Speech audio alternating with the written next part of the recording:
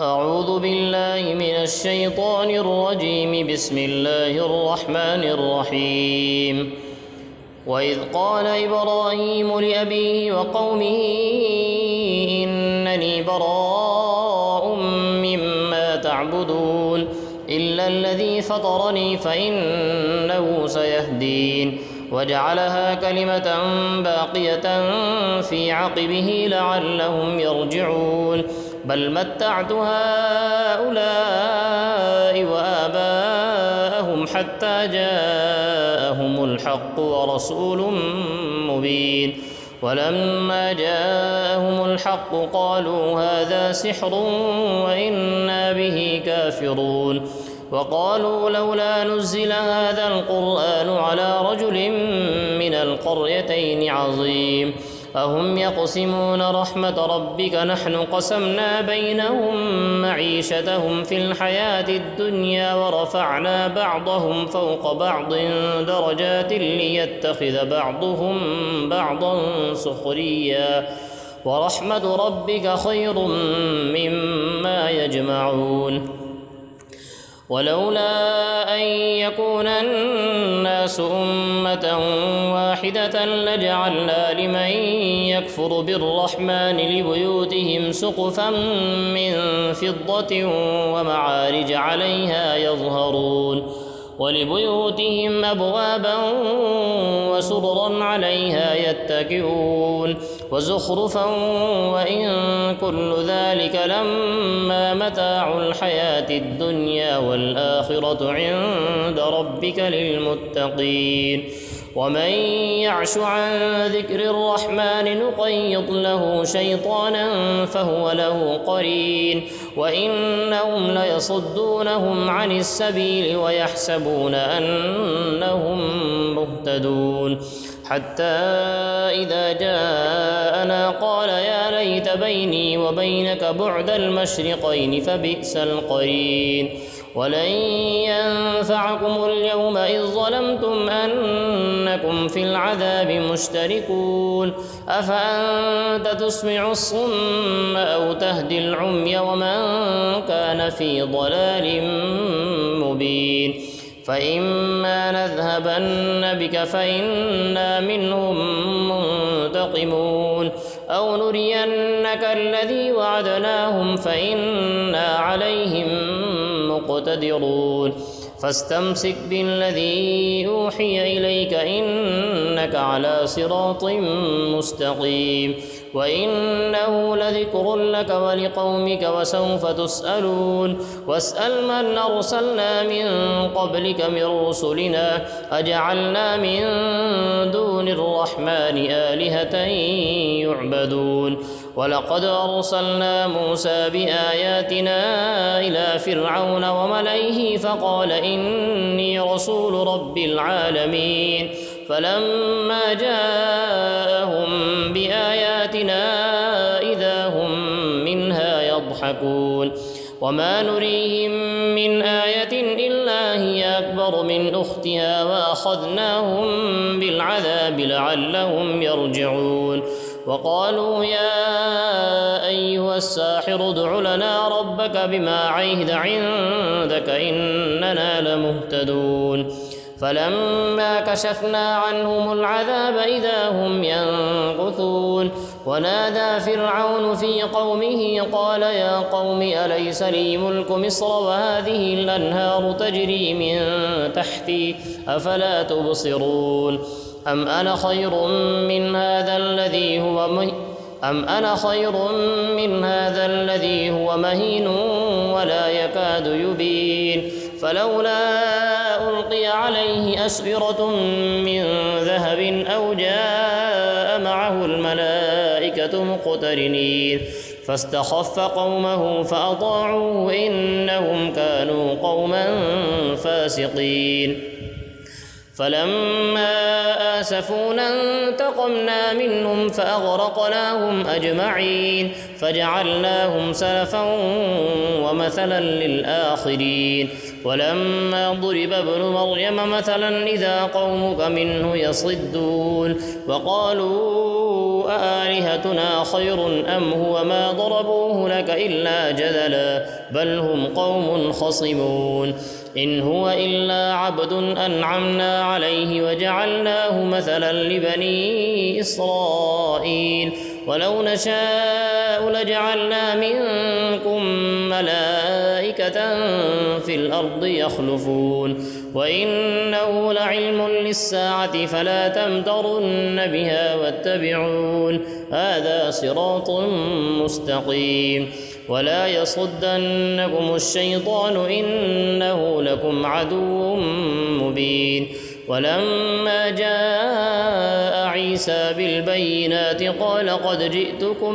بالحكمة ولأبين لكم بعض الذي تختلفون فيه فاتقوا الله وأطيعون إن الله هو ربي وربكم فاعبدوه هذا صراط مستقيم فاختلف الأحزاب من بينهم فويل للذين ظلموا من عذاب يوم أليم هل ينظرون إلا الساعة أن تأتيهم بغتة وهم لا يشعرون الأخلاء يومئذ بعضهم لبعض عدو إلا المتقين يا عباد لا خوف عليكم اليوم ولا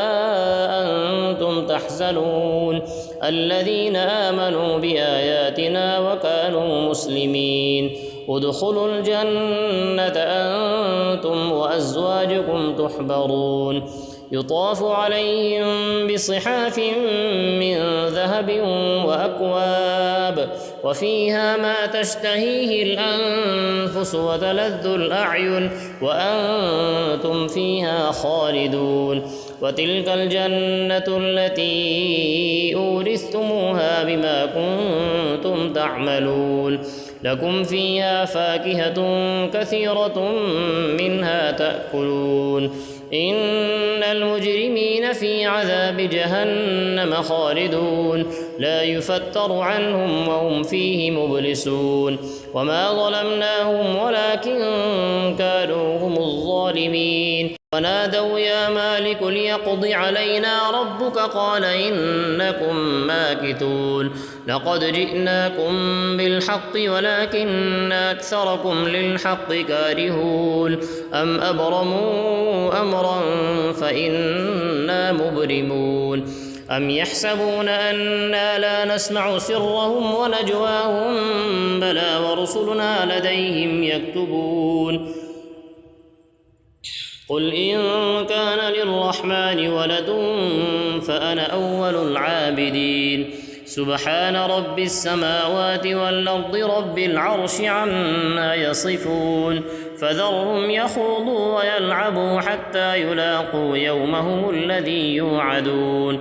وهو الذي في السماء إله وفي الأرض إله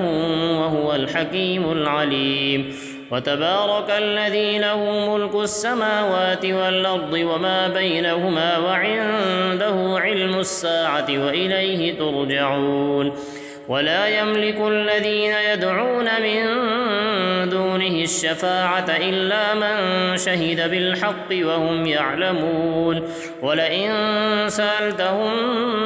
من خلقهم ليقولن الله فأنى يؤفكون وقيله يا رب إن هؤلاء قوم لا يؤمنون فاصفح عنهم وقل سلام فسوف يعلمون بسم الله الرحمن الرحيم حميم والكتاب المبين إنا أنزلناه في ليلة مباركة إنا كنا منذرين فيها يفرق كل أمر حكيم أمرا من عندنا إنا كنا مرسلين رحمة من ربك إنه هو السميع العليم رب السماوات والأرض وما بينهما إن كنتم موقنين لا إله إلا هو يحيي ويميت ربكم ورب آبائكم الأولين بل هم في شك يلعبون فارتقب يوم تأتي السماء بدخان مبين يغشى الناس هذا عذاب أليم ربنا اكشف عنا العذاب إنا مؤمنون أنى لهم الذكرى وقد جاءهم رسول مبين ثم تولوا عنه وقالوا معلم مجنون إنا كاشف العذاب قليلا إنكم عائدون يوم نبطش البطشة الكبرى إنا منتقمون ولقد فتنا قبلهم قوم فرعون وجاءهم رسول كريم أن أدوا إلي عباد الله إني لكم رسول أمين وأن لا تعلوا على الله إني آتيكم بسلطان مبين وإني عذت بربي وربكم أن ترجمون وإن لم تؤمنوا لي فاعتزلون فدعا ربه أن هؤلاء قوم مجرمون فأسر بعبادي ليلا إنكم متبعون واترك البحر رهوا إنهم جند مغرقون كم تركوا من جنات وعيون وزروع ومقام كريم ونعمة كانوا فيها فاكهين كذلك وأورثناها قوما آخرين فما بكت عليهم السماء والأرض وما كانوا منظرين ولقد نجينا بني إسرائيل من العذاب المهين من فرعون إنه كان عاليا من المسرفين ولقد اخترناهم على علم على العالمين وآتيناهم من الآيات ما فيه بلاء مبين إن هؤلاء ليقولون إن هي إلا موتتنا الأولى وما نحن بمنشرين فأتوا بآبائنا إن كنتم صادقين أهم خير أم قوم تبع والذين من قبلهم أهلكناهم إنهم كانوا مجرمين وما خلقنا السماوات والأرض وما بينهما لاعبين ما خلقناهما إلا بالحق ولكن أكثرهم لا يعلمون إن يوم الفصل ميقاتهم أجمعين يوم لا يغني مولى عن مولى شيئا ولا هم ينصرون إلا من رحم الله إنه هو العزيز الرحيم إن شجرة الزقوم طعام الأثيم كالمهل يغلي في البطون كغلي الحميم خذوه فاعتلوه إلى سواء الجحيم ثم صبوا فوق رأسه من عذاب الحميم ذق إنك أنت العزيز الكريم إن هذا ما كنتم به تمترون إن المتقين في مقام أمين في جنات وعيون يلبسون من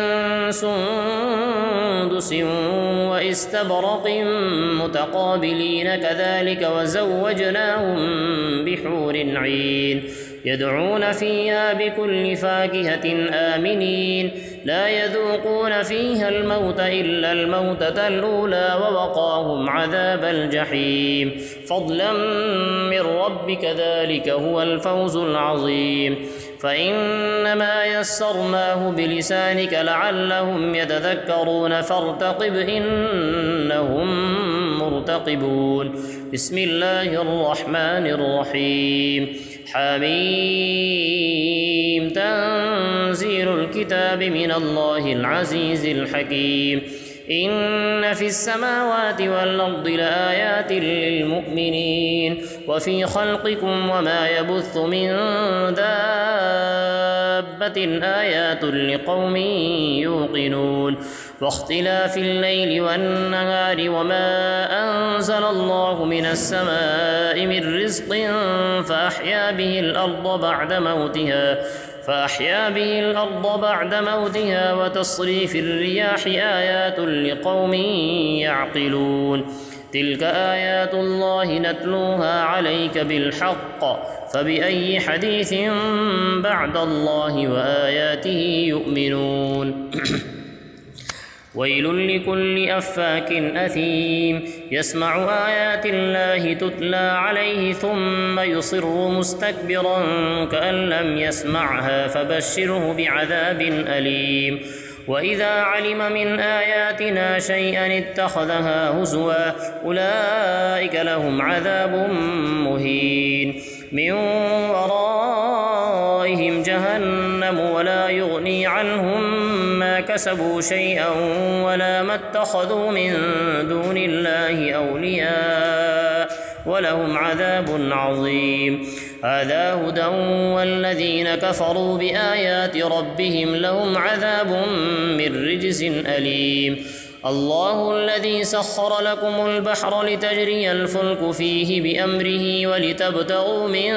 فضله ولعلكم تشكرون وسخر لكم ما في السماوات وما في الأرض جميعا منه إن في ذلك لآيات لقوم يتفكرون قل للذين آمنوا يغفروا للذين لا يرجون أيام الله ليجزي قوما بما كانوا يكسبون من عمل صالحا فلنفسه ومن أساء فعليها ثم إلى ربكم ترجعون ولقد آتينا بني إسرائيل الكتاب والحكم والنبوة ورزقناهم من الطيبات وفضلناهم على العالمين وآتيناهم بينات من الأمر فما اختلفوا إلا من بعد ما جاءهم العلم بغيا بينهم إن ربك يقضي بينهم يوم القيامة فيما كانوا فيه يختلفون ثم جعلناك على شريعة من الأمر فاتبعها ولا تتبع أهواء الذين لا يعلمون إنهم لن يغنوا عنك من الله شيئا وإن الظالمين بعضهم أولياء بعض والله ولي المتقين هذا بصائر للناس وهدى ورحمة لقوم يوقنون أم حسب الذين اجترحوا السيئات أن نجعلهم كالذين آمنوا وعملوا الصالحات سواء محياهم ومماتهم ساء ما يحكمون وخلق الله السماوات والأرض بالحق ولتجزى كل نفس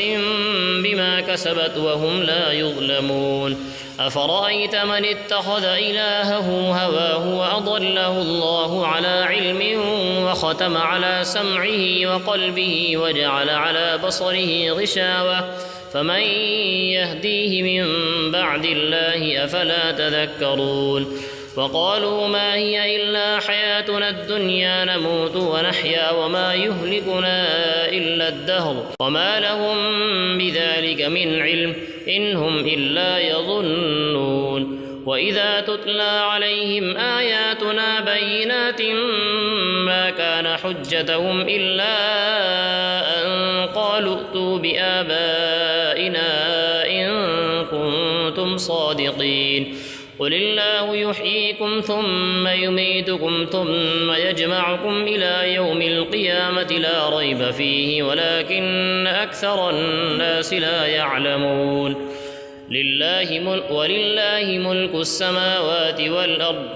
ويوم تقوم الساعة يومئذ يخسر المبطلون فترى كل أمة جاثية كل أمة تدعى إلى كتابها اليوم تجزون ما كنتم تعملون هذا كتابنا ينطق عليكم بالحق إنا كنا نستنسخ ما كنتم تعملون فأما الذين آمنوا وعملوا الصالحات فيدخلهم ربهم في رحمته ذلك هو الفوز المبين وأما الذين كفروا أفلم تكن آياتي تتلى عليكم فاستكبرتم وكنتم قوما مجرمين وإذا قيل إن وعد الله حق والساعة لا ريب فيها قلتم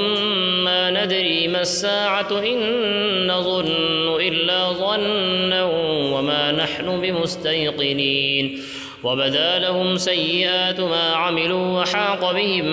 ما كانوا به يستهزئون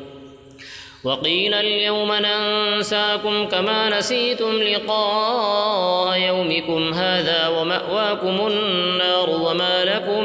من ناصرين ذلكم بأنكم اتخذتم آيات الله هزوا وغرتكم الحياة الدنيا فاليوم لا يخرجون منها ولا هم يستعتبون فلله الحمد رب السماوات ورب الأرض رب العالمين وله الكبرياء في السماوات والأرض وهو العزيز الحكيم صدق الله العظيم. Thanks for watching. Don't forget to like, comment, share and subscribe to Al Wahid channel.